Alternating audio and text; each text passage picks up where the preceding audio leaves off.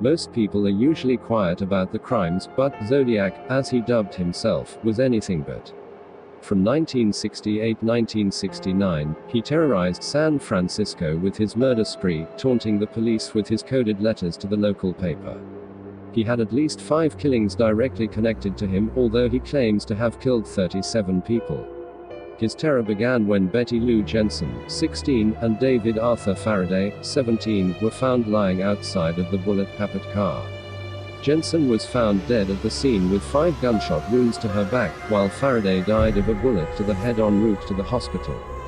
Half a year later, a couple who parked the car 4 miles away from that crime scene was also gunned down, 1 injured and 1 killed. The survivor, Michael Mageau, was able to give a description of the killer. He described a heavy-set white man around 5 feet 8 inches. It would be the Zodiac Killer himself that would give the police the remaining evidence. At 12:48 a.m. that same night, police received a strange call. I wish to report a double murder. If you go 1 mile east in Columbus Parkway to a public park, you will find the kids in a brown car. They have been shot with a 9mm Luger.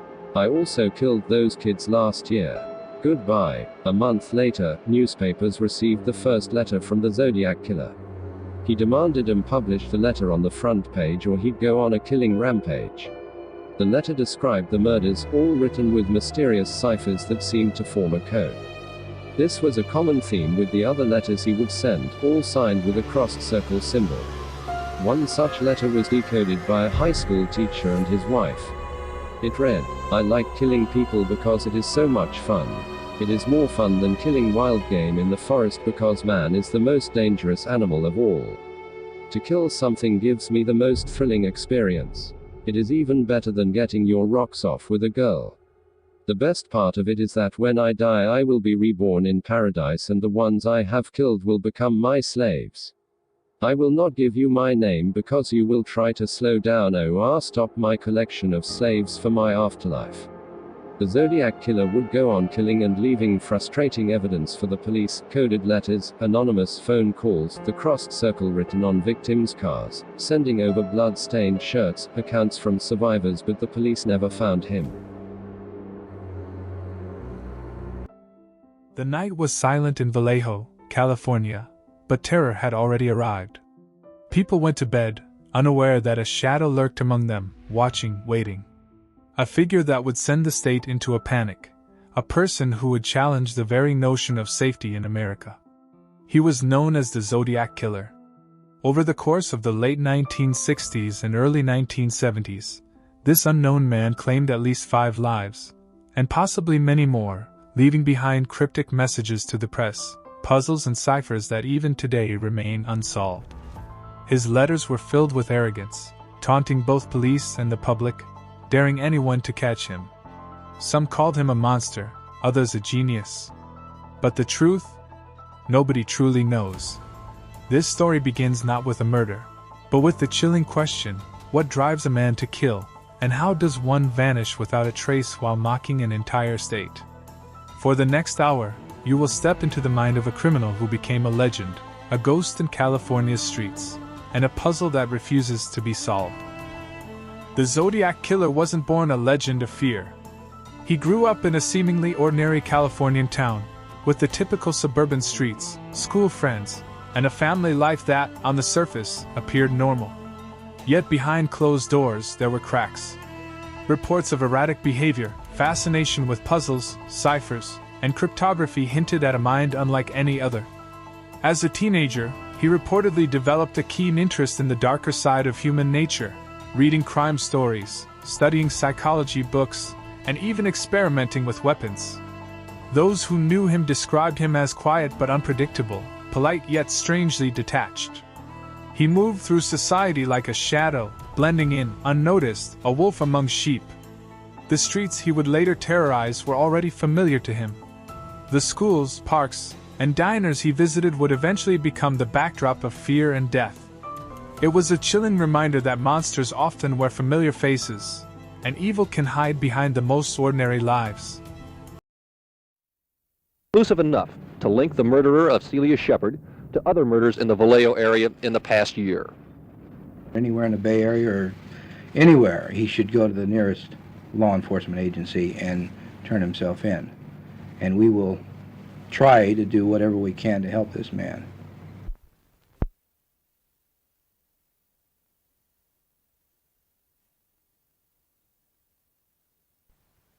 The first confirmed attacks of the Zodiac Killer were sudden and brutal. On a warm summer evening in December 1968, high school students Betty Lou Jensen and David Faraday parked their car on a remote road near Vallejo. It was supposed to be a typical teenage outing, innocent and unremarkable. But what happened next would shock the entire nation. A shadow emerged from the darkness, a figure concealed and silent. Without warning, shots rang out. David fell first, and Betty was fatally wounded as she tried to escape. The scene was chaotic, but there was a strange method to the madness. No motive was left behind. There were no signs of robbery, and the killer vanished as quickly as he had appeared. Weeks later, a second attack occurred. Michael Mageau and Darlene Farron, again in a quiet parking lot, again seemingly chosen at random. The assailant struck with cold precision. Darlene died. Michael survived barely, leaving the first living testimony of the killer's identity and manner. From these attacks, patterns began to emerge: couples parked in secluded areas, victims carefully selected, and an obsession with evading capture while instilling terror. Letters soon followed, sent to local newspapers, cryptic in nature, taunting the police for failing to catch him. He called himself Zodiac, and the world would never be the same. Shortly after his attacks, the Zodiac Killer began a new campaign, one that would terrify not just Vallejo, but the entire nation. Letters started arriving at local newspapers, handwritten, cryptic, and chilling. Each one was carefully composed, filled with ciphers, symbols, and taunts. Some letters included threats of further violence, while others described details of the murders only the killer could know. He demanded attention and manipulated fear like a master puppeteer. One of the most infamous ciphers, the 408 symbol code, challenged the best cryptographers of the time. Within days, part of it was solved, revealing a disturbing message about killing and control, but other ciphers remain unsolved to this day. The Zodiac's letters often contained a signature symbol, a circle with a cross, etched into the corner of each note. This symbol became iconic, a mark of terror that would haunt California for years. Police, journalists, and even ordinary citizens were drawn into a game of cat and mouse. Every letter fueled panic, inspired copycats, and made the public question their safety. The Zodiac Killer had moved beyond physical murders. Now he was controlling the narrative, crafting his legend through words, codes, and fear.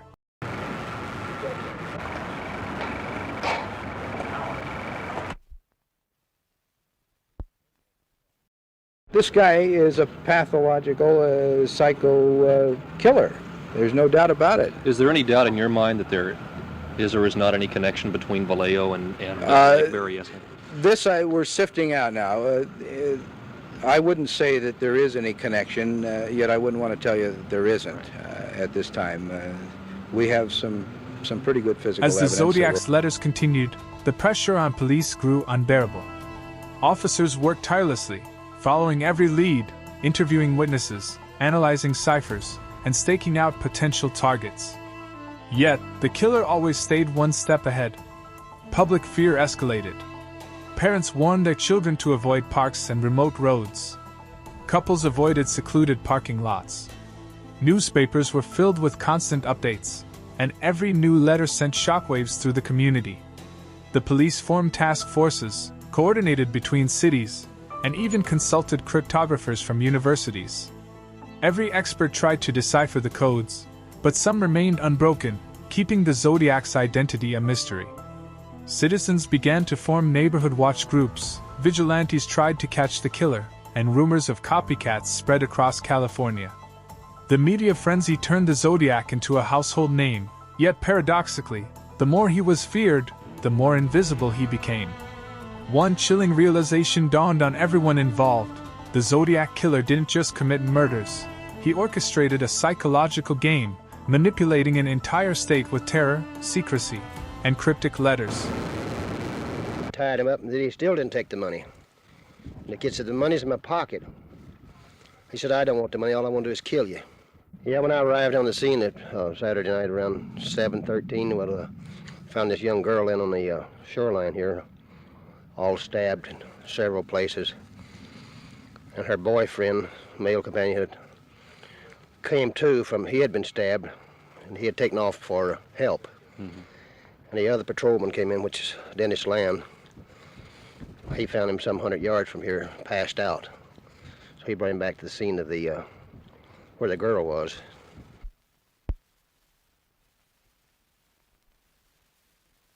Michael Mageau was the first person to survive an attack by the Zodiac Killer. On that fateful night in July 1969, Michael and his girlfriend Darlene Farron were sitting in a parked car when the shadow approached. Shots rang out, panic erupted, and Darlene tragically died. Michael barely escaped with his life, suffering critical injuries. Yet his survival would prove pivotal. For the first time, the police had a living witness who could describe the killer's appearance, his actions, and even his voice. Michael's recollections were chilling. He described a man wearing dark clothing, calm yet methodical, moving with a precision that terrified even seasoned detectives. His testimony led to composite sketches that were circulated throughout the region. Citizens were warned, neighborhoods were patrolled, and the story dominated the headlines. But despite this crucial insight, the Zodiac remained elusive. He vanished into the night, leaving behind fear, unanswered questions, and a legacy of terror. The psychological impact on survivors and the community was immense. Families lived in constant anxiety, and the sense of normalcy was shattered forever. If I remember right, in speaking with one of the deputies who was investigating this thing, he said that the first thing you told a deputy out there was to give some idea of a description of the man. Do you understand now how your mind was able to work that well under those conditions? You really did an exceptional job in that. Well, through the whole thing, like I mentioned before, at the beginning, I did think I was going to die. And so from that moment on, one has to have certain goals that you have to set. The first goal, of course, was to live. I suppose the second goal was to get untied. The next one was to get help. From getting help, getting to the hospital. You know, you have to have a successive set of goals. And if you can keep this going, and you can keep your mind active, whether you die or not, you're at least psychologically attuned, whether you're in shock or not. If you can keep arguing with yourself, praying, doing anything to keep your mind off of yourself, or at least just not lapsing back and just saying, well, it's no use.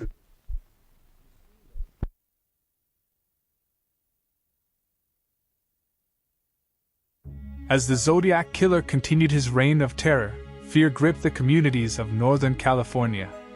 Couples stopped going out at night, parents forbade children from walking alone, and citizens were hyper-aware of every shadow. The killer escalated his actions, not just in the violence of his attacks, but in the sophistication of his communications.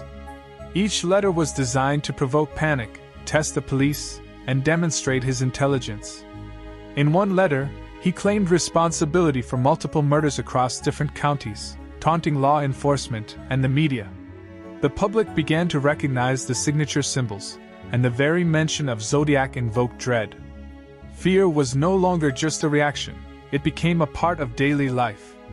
People slept with the lights on, double-checked locks, and eyed strangers with suspicion. The state of California had become his playground, and he controlled it without ever being seen. Even schoolchildren were aware. The whispers in hallways spoke of a man who killed without remorse, who vanished like a ghost, who laughed at the very idea of justice. The psychological impact was undeniable. Entire towns were paralyzed, their routines altered forever. The Zodiac Killer had moved beyond physical crimes. He had created a culture of fear, a legend that no law enforcement strategy could easily unravel. And there was no answer.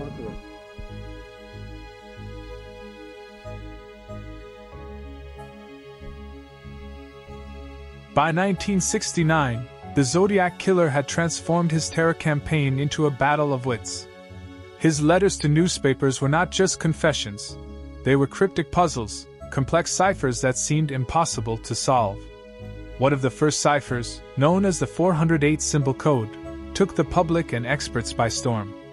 Within days, amateur cryptographers cracked part of the message, revealing chilling insights into his psyche, a desire for control, violence, and infamy.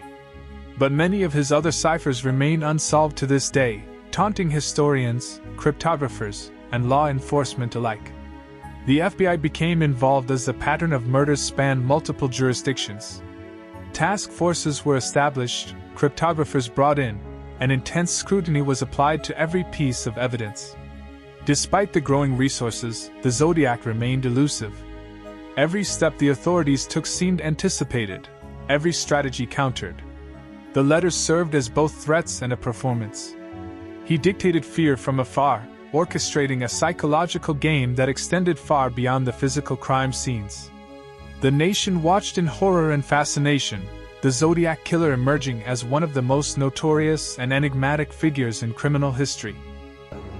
He demanded and published the letter on the front page or he'd go on a killing rampage. The letter described the murders, all written with mysterious ciphers that seemed to form a code. This was a common theme with the other letters he would send, all signed with a crossed circle symbol. One such letter was decoded by a high school teacher and his wife. It read, "I like killing people because it is so much fun. It is more fun than killing wild game in the forest because man is the most dangerous animal of all." Despite the growing fear, law enforcement made several close attempts to catch the Zodiac Killer. In July 1969, a suspicious man was spotted near a crime scene, only for him to vanish before police could intervene. Witnesses provided partial descriptions, but no definitive lead ever stuck.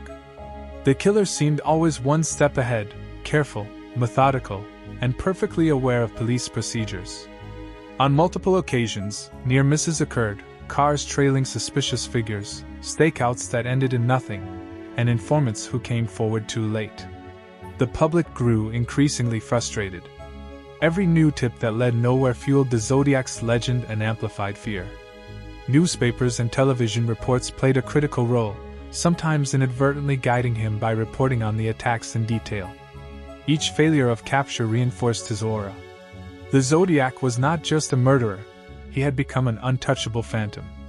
Detectives often worked through the night, piecing together fragments of information, questioning thousands, yet the true identity of the killer remained hidden. It was a game of patience, fear, and cunning, one that would baffle even the most experienced investigators for decades to come. Tied him up and then told him he had to kill him, so...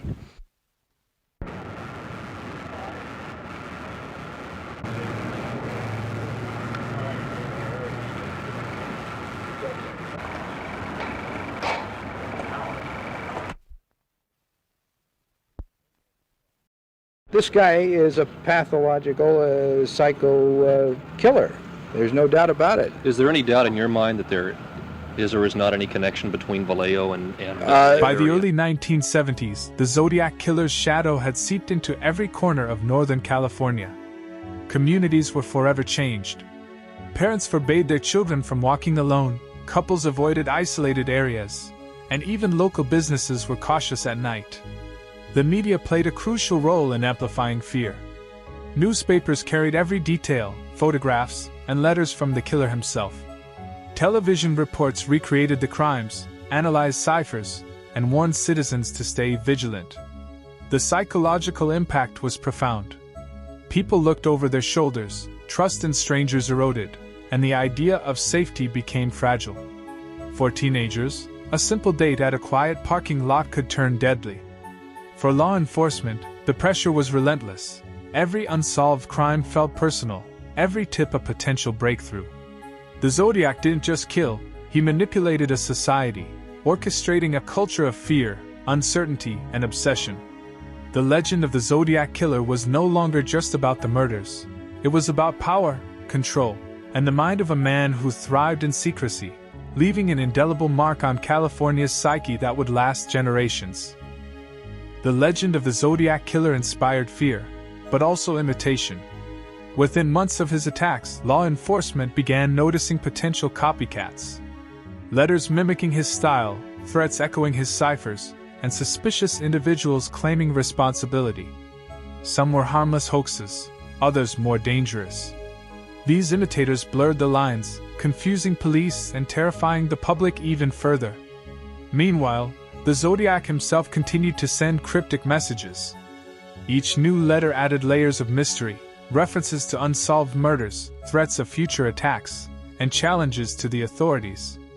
Investigators attempted to connect these letters to actual crimes, often with limited evidence.